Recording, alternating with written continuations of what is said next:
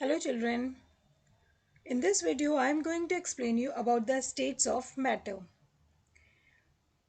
All the things in this world are made up of matter, and matter is anything that takes up space and has mass. All living things and non-living things are made up of matter. So if you see around you, you will find that there are so many things around you, and they exist in three states, that is the solid, liquids and the gases. So as you move further, you will find that around you there are pencil, cycle, nail, football, tree, chair. These all are in the solid form, whereas liquid you can see milk, and then different juices, then rain water, that is all in the liquid form, whereas others you can see here it is in the gaseous form.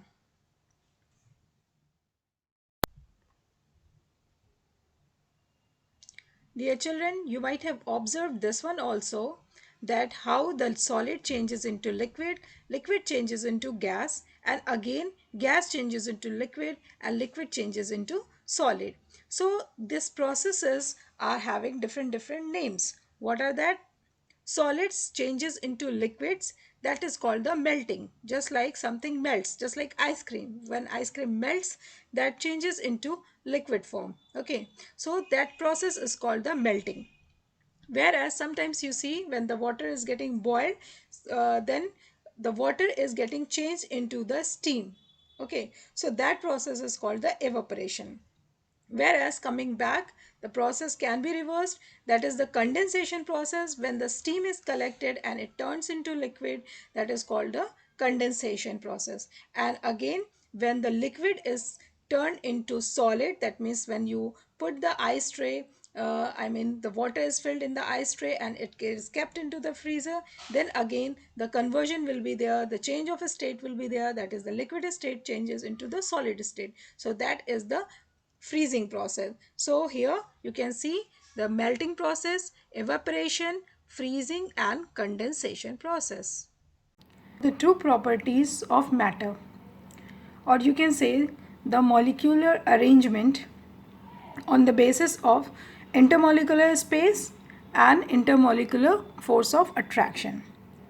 Now as you can see that there are three states of matter, and these all the three states of matter, the arrangement of molecules are on the basis of the space and the force of attraction between the molecules.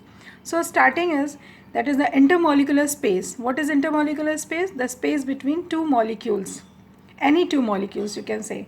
So these are, suppose these are the two molecules, and the space in between the two molecules, that is called the intermolecular space. Now as you can see here, the solids, as you know that solids are having the fixed shape, so in this case the molecular arrangement will be that they are all are the molecules are compact and they are closely packed together. So obviously there will be very less intermolecular space in between the molecules, whereas in liquids you can see that the liquids are having the more intermolecular space in comparison to the solid. Now, and when we move further, the third state, that is the gaseous state, in that the molecules are far apart, and that's why the space in between the molecules are too much. Okay, so if we see the increasing order or the order of intermolecular space, so solids have the minimum, then liquids molecules are having the average one, and gases are having the maximum intermolecular space. Now the second property is the intermolecular force. So what is the force, intermolecular force? Basically it talks about the attraction force. This is the attraction force between the two molecules. Attraction force between the two molecules is called intermolecular force of attraction. So here you can see the two molecules and the force of attraction, that is called the intermolecular force. Now as you know that solids have the fixed shape and the molecules are arranged very close together. So obviously the force of attraction is maximum in solids. Okay, when we talk about liquids, the molecules are far apart, so the force of attraction will be less in comparison to the solid, and minimum in case of gases because the molecules are very far apart. So when we talk about the order, here you can see that solids, liquid, and the gases. So solids have the maximum intermolecular force then in comparison to liquid, and liquid have more in comparison to the gases. So this is the arrangement. Okay, maximum intermolecular force of attraction, then less, and then the least. Okay, so this is the arrangement. Now children, if we talk about the relation between the intermolecular space and intermolecular force. Okay, so what will be the relation between two? This intermolecular space and intermolecular force. So here comes that if the intermolecular space, that is IMS, intermolecular space, that will be, they are inversely proportional to intermolecular force. So you can say that the both are the opposite one. Okay, you can see here intermolecular space and intermolecular force. So when the space is more, the force of attraction will be less, and if space is less, force of attraction will be more. As you can see here, in between the molecules the space is less, and that's why force of attraction will be maximum. Okay, that's why they have attracted the two molecules, they have brought it together. Similarly here you can see intermolecular space, that is the molecules are little far apart, so that's why the attraction force will be less.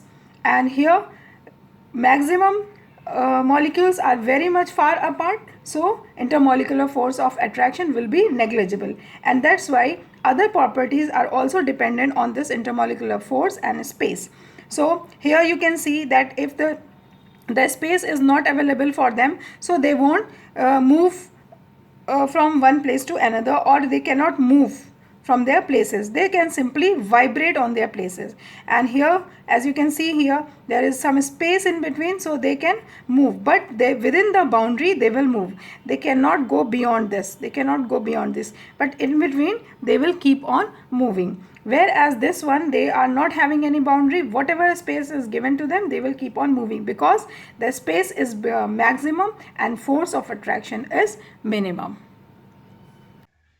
Now children, I think you people have a very nicely understood about the what is the intermolecular force and what is the intermolecular space, and also the relation in between them. Okay, now moving further, we will see that what are the properties of solid, liquid, and gases. Okay, particles packed closely, often rigidly bonded to one another. Okay, because there is force of attraction is too much and space is very less, in fact negligible. Okay, negligible means not counted, you cannot count. Okay, then liquids, particles closely packed but able to flow on each other. Why is it so? Because they are having the space in between and the molecules can slip over each other, and that's why liquids are able to flow. When the water is spilled somewhere, then it flows, it makes its way to go forward.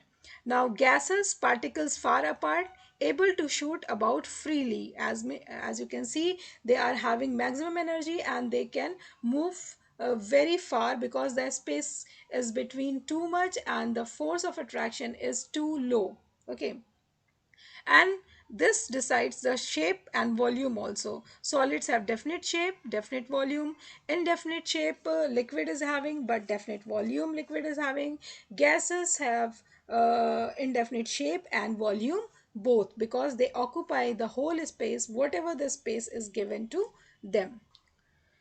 Now children, we can see the next thing, that is the in terms of energy level and the movement of the molecules inside the solid, liquid, and the gaseous state. So here you can see that the since the intermolecular space and force, space is too less and force is too much, so as they are not having the space, so what it is, they are able to vibrate in this, they don't get a space, so they only vibrate. Okay, and as the energy is added to them, then what will happen, they will start moving far apart from each other.